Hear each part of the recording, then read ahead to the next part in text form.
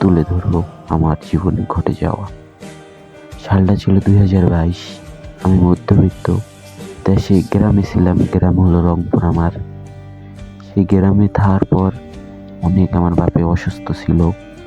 অসুস্থ হওয়ার পর এইভাবেই মায়ে তো কিস্তি মিস্তি নিয়ে আবার আব্বার চিকিৎসা করাইতে পারতো না। এভাবেই চলতেছিল। পরে মায়ের শেষমেশ ঢাকায় এলো। ঢাকায় আসার পর এভাবে মায়ে গার্মেন্টসে ঢুকলো হেল্পার হিসাবে। এভাবেই চলতেছিল। আমাকে মাদ্রাসায় ভর্তি করে বললো, বাবা তুই পড়। আমি বললাম আচ্ছা আম্মু আমি পড়বো। পড়ার পর মাদ্রাসায় পড়তেছিলাম।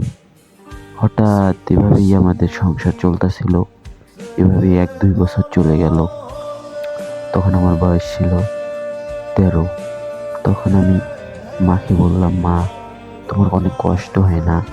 মা বললো, না বাবা কি এর কষ্ট আমার, তোরা বড় হবি তারপর আমার সব কষ্ট চলে যাবে।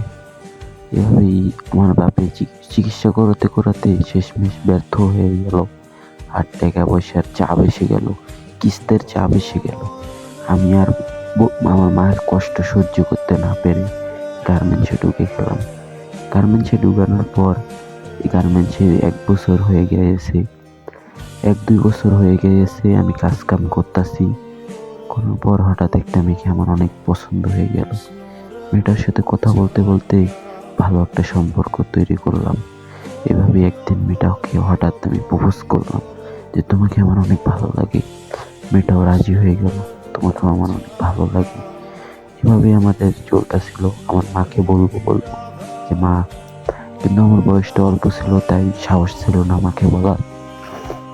তারপরে আর কি এভাবেই গেল। প্রতিদিন মেয়েটা আমার সাথে হেঁটা যেত, মানে নানান যেত, চকলেট এসব চাইতো, কিন্তু আমি দিতে পারতাম না ভাই, আমি মধ্যবিত্ত বলে। এভাবেই চলতেছিল। এভাবে হঠাৎ একদিন আমি দেখতেছিলাম যে মেয়েটা একটা মিশো দিয়ে একটা ছেলের সাথে আসতেছে। আমি তত একটা গুরুত্ব দিলাম না। আমি সেদিন প্রতিদিন দেখি ছেলেটা মিশো দিয়ে দিয়েছে। বললাম ছেলেটা কি? বললো এটা আমার ভাই। আমি বললাম ও।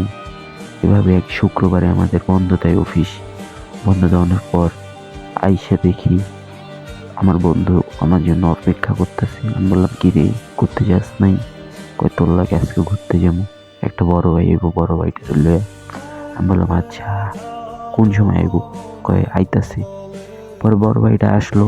বড় ভাইটাকে দেখে আমি অবাক হয়ে গেলাম, কারণ আমার গার্লফ্রেন্ডের ভাই। গার্লফ্রেন্ডের নামটা ছিল ফাতেমা।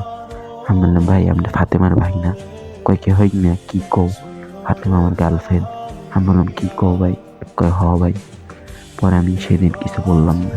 তারপরের দিন গার্মেন্টসে এসে ফাতেমাকে বললাম, তুমি আমার সাথে চিটাইটা না করতে পারতা, মধ্যবিত্ত বলে তুমি আমার মনটা লইয়া খেলতে পারলা। থাক, সুখে থেকো, ভালো থেকো। ছেলেটা অনেক ভালো, ছেলেটার মন নিয়ে খেলো না। আমার সাথে যাই করেছো ছেলেটার সাথে তাই করো না। ভালো থেকো। আমারও সেই ব্যর্থতা ভালোবাসা।